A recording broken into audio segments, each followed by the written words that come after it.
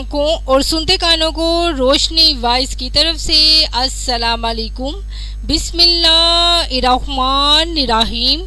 दोस्तों, बसरा के काजी अब्दुल्ला बिन हसन रहमतुल्लाह अलैह से मनकूल है कि मेरे पास एक हसीन व जमील अजमील लोंडी थी। इसके हुस्न व जमाल ने मुझे हैरत में डाल रखा था। एक रात वो सो रही थी। जब रात गई मेरी आंख खुली तो उसे बिस्तर पर ना पाकर मैंने कहा, ये तो बहुत बुरा हुआ। फिर मैं उसे ढूंढने के लिए जाने लगा तो देखा कि वो अपने परवरदिगार अज़वजल की इबादत में मशगूल थी।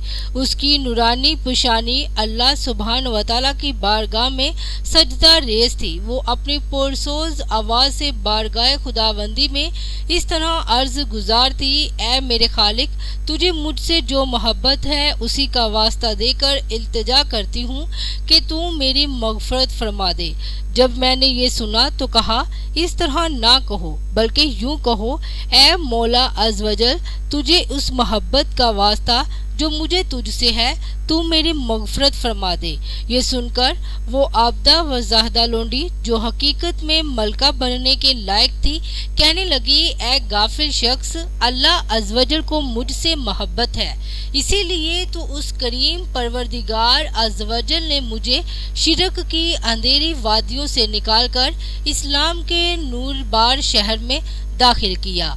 इसी की मोहब्बत ही तो है कि उसने अपनी याद में मेरी आंखों को जगाया और तुझे सुलाए रखा। अगर उससे मुझसे मोहब्बत ना होती तो वो मुझे अपनी बारगाह में हाजिरी की हरगिज इजाज़त न देता। काजी अब्दुल्ला बिन हसन रहमतुल्लाह अलैह कहते हैं, मैं उसके हुस्न व जमाल और चेहरे की नूरानियत से बहुत पहले मुतासिर था। अब उसकी ये आरफाना गुफ्तगू सुनी तो मेरी हैरानगी में मजीद इजाफा हुआ और मैं समझ गया कि ये अल्लाह अज़वजल की वलिया है।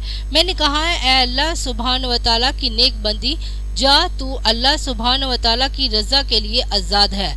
जब लोंडी ने सुना तो कहा, मेरे आका, ये आपने अच्छा नहीं किया कि मुझे आज़ाद कर दिया।